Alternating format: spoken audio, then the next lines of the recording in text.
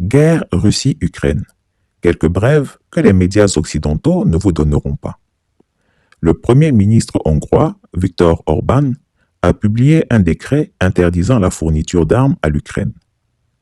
Le ministère des Affaires étrangères chinois a rappelé que peu importe à quel point la situation internationale peut être menaçante, la Chine et la Russie maintiendront leur détermination stratégique et continueront à faire progresser leurs relations de partenariat global et de coopération stratégique.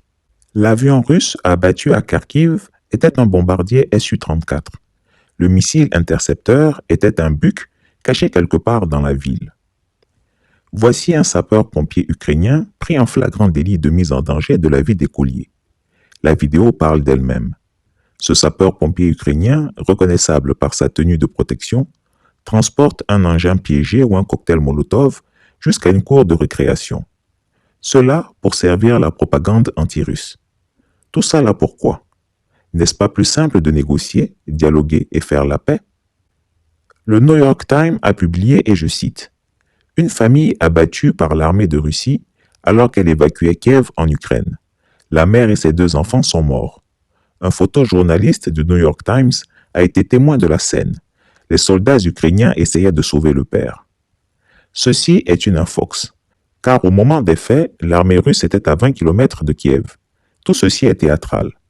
Contrairement à ce qui est dit par les médias occidentaux, les troupes russes sont aux abords de Mariupol. La ville est encerclée. Malgré la présence de mercenaires étrangers, la progression des Russes avance. Cependant, les néo-nazis ukrainiens refusent de laisser partir les civils, malgré le cessez-le-feu accordé par les autorités russes, afin de faciliter leur départ via des couloirs humanitaires.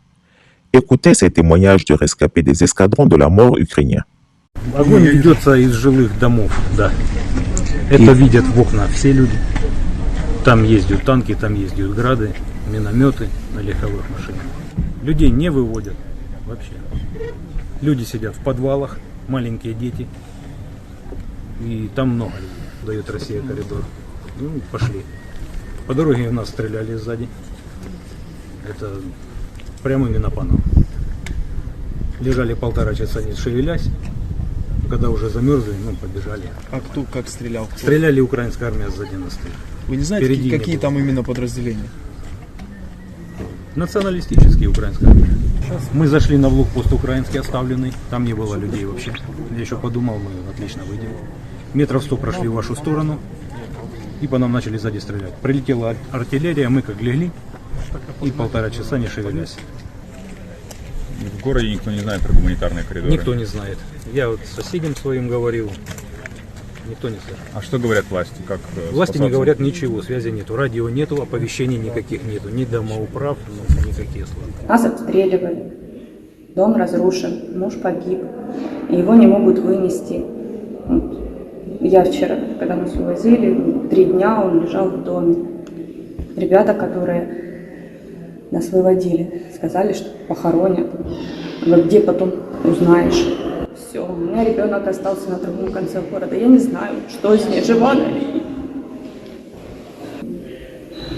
Я не знаю, почему прикрываются мирными гражданами. Мы остались, да, как пушечное мясо, живой щит. В сторону, например, украинских военных, туда вообще никак не выехать, даже там всех расстреливают. Даже была колонна, которую эвакуировали, был коридор, эвакуировали автобусы с Волновахи на Мариуполь, по итогу они отъехали около 10 километров, их расстреляли, и все. Всех людей. В эту сторону без всякого. Мы подошли, ребята приехали, мы подошли, спросили, можно? Они, да, можно.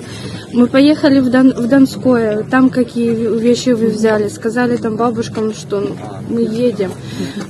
Дальше в соседнее село нас везде пропускали. Мы 2 дня были со светом, а потом 10 дней, 8 дней без света напал. Что мы могли? Как вы подумайте сами. Я хочу домой, это раньше вернуться. Ой, я хочу, чтобы ты смог домой вернуться. Я тебе этого желаю. Хочу быстрее домой вернуться. Нет коридора. Не открывают они коридор именно с Мариуполя. Должны были с часу до 4 А мы уже в час пытались от мамы выйти, мы уже не смогли. Это вы имеете в виду зеленый коридор, о котором объявляли? И уже получается в час дня уже с города начали лететь снаряды, мы просто не смогли подняться, вернуться за Из города стреляли? Да. Дочь так и осталась в Мариуполе. Да, ну, Связи с ней есть с ней? нету связи вообще. С И Мариуполем через связи никак не выходила, да? никакой. Вообще в Мариуполе нет никакой связи. Дороги, которые вот можно было проехать проселочными дорогами, они засыпали камнями. И вот, знаете, ветки большой высоты наложили, что там ни машина, ничем не пойдет. И получается, что у нас, вот мы в доме, ни туда, ни сюда. Многие поддерживают Россию, но об этом никто вслух, как говорится, не говорит, чтобы, как говорится, не нарваться на неприятности. Voici une autre information que les médias occidentaux ne publieront pas. La sécurité d'État de la République du Lugansk a mis aux arrêts des agents des services secrets ukrainiens qui préparaient des attentats terroristes sur le territoire du Lugansk et de Russie. Source Donbass Insiders.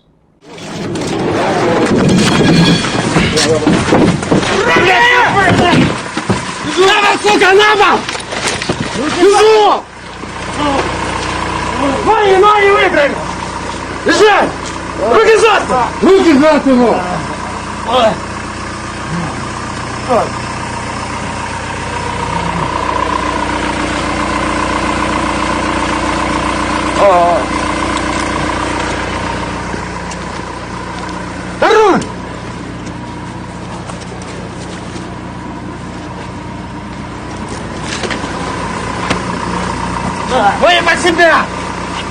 Стоп! Вы под себя! Ай! Да ты! Вот ложи!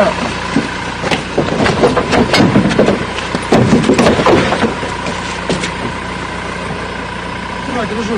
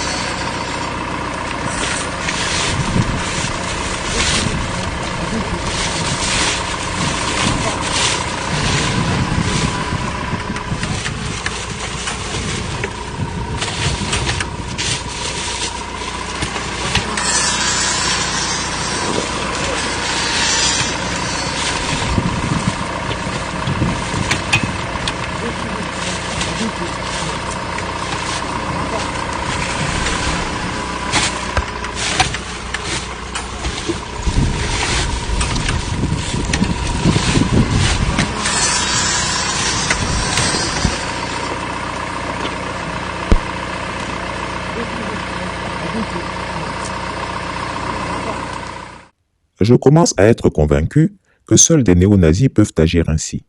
Pourtant, Emmanuel Macron a déclaré qu'il n'y a pas de néo-nazis en Ukraine. J'attends donc les démentis. De la même façon, M. Macron, en jouant comme ça les vertus indignées, en prenant comme s'il était scandalisé, a dit que c'était pas vrai, qu'il n'y avait pas de nazis. Cette guerre est encore moins, comme une propagande insoutenable voudrait le faire penser, une lutte contre le nazisme. C'est un mensonge. Il n'y a pas de nazis, M. Macron, en Ukraine. Mais allez regarder tout simplement TF1. TF1 qui a fait un débunkage il y a quelques jours qui est assez extraordinaire, puisque à lire le titre, on a l'impression, ils disent l'extrême droite en France dénonce la présence de néo-nazis en Ukraine, que faut-il y voir? Donc a priori, on a l'impression que ça va être débunké, comme on dit. Et puis quand vous lisez l'article, vous apercevez qu'en fait c'est confirmé. C'est confirmé. Il y a en Ukraine des partis qui flirtent avec le néonazisme. Je pense au parti Svoboda, qui veut dire liberté, c'est un peu un oxymore. Je pense au parti qui s'appelle Pravi Sector, ce qui veut dire secteur droit. Je pense surtout au régiment Azov, j'y ai consacré d'ailleurs une série de tweets récemment. Dans le régiment Azov, d'après le débunkage de TF1, il y aurait seulement 20% des soldats qui seraient néo-nazis. Il paraît que c'est formidable, ça serait très bien. J'ajoute que d'ailleurs, ça n'est pas le seul cas. Il faudrait que M. Macron nous dise ce qu'il pense, par exemple, de cette couverture du Times of Israel, qui s'était indigné il y a en 2016 de cette photo que vous voyez dans un centre commercial de Kiev où l'on voit, à l'occasion d'une parade commerciale, un drapeau nazi mais géant du style 4 mètres par 3 qui trône au milieu d'un escalier public. J'aimerais que M. Macron nous dise ce qu'il en pense. J'aimerais que M. Macron nous dise ce qu'il pense du fait que l'avenue de Moscou à Kiev a été rebaptisée, il y a un an ou deux, a été rebaptisée avenue Stepan Bandera. Stepan Bandera, c'était le chef des collabos ukrainiens avec les nazis. Il était membre de la Wehrmacht et il a organisé avec des soldats ukrainiens, il a organisé, et avec les nazis, les fameuses et atroces Einsatzgruppen, qui sont ces commandos avant la création des camps de la mort. Les nazis, notamment à l'Est, notamment en Ukraine, avaient créé des Einsatzkommandos, notamment du côté de Lvov, où ils ont assassiné, c'était des assassinats de masse, avec des armes à feu, devant des tranchées qui servaient de charniers. Il y a eu des milliers de juifs qui ont été assassinés de cette façon. Alors j'aimerais savoir ce que M. Macron pense du fait que le gouvernement de Kiev a donné le nom d'une des très grandes avenues de la capitale à l'auteur de pareils crimes contre l'humanité. Voilà, qu'est-ce qu'il dirait si en France on débaptisait, je ne sais pas moi, le boulevard de Sébastopol pour l'appeler le boulevard Marcel Déat, par exemple. Qu'est-ce qu'on en penserait? Je salue François Asselineau pour m'avoir éclairé sur l'existence de groupes néo-nazis en Ukraine. Je suis choqué, car j'imagine que des Africains sont ainsi maltraités. Je demande aux chefs d'État africains de protéger nos frères étudiants qui sont encore bloqués en Ukraine. M. François Asselineau et Valérie Pécresse élevaient les voix pour que cette torture cesse. D'ailleurs, sauf tricherie et malgré les faux sondages, car les vrais sont supprimés illico, Emmanuel Macron ne pourra pas gagner cette élection présidentielle. En effet, RTL France a publié un sondage en ligne il y a quelques jours. Souhaitez-vous la réélection de Macron? Le sondage devait durer 24 heures, mais après 7 heures de mise en ligne, 42 498 internautes avaient voté, dont 84% de non. Le sondage a alors été interrompu et supprimé. Sous le régime Macron, c'est la censure tous azimuts. De plus, c'est la première fois qu'à l'annonce d'une candidature, des manifestations hostiles éclatent pour s'opposer. Les gilets jaunes dans la rue. Ça serait une catastrophe pour la France si Macron réussissait à truander l'élection présidentielle. Tous pour Macron dehors. L'Afrique dit Macron dehors. Des images que les médias de l'OTAN ne vous montreront jamais. Le matériel militaire lourd d'une base militaire ukrainienne saisi par les Russes. Désormais, les armes ukrainiennes se retourneront contre les forces armées ukrainiennes elles-mêmes. Chris Yapi ne ment pas. Retrouvez Chris Yapi sur son nouveau compte Twitter, ses 2 chaînes YouTube, sa chaîne Dailymotion, Instagram et Mediapart.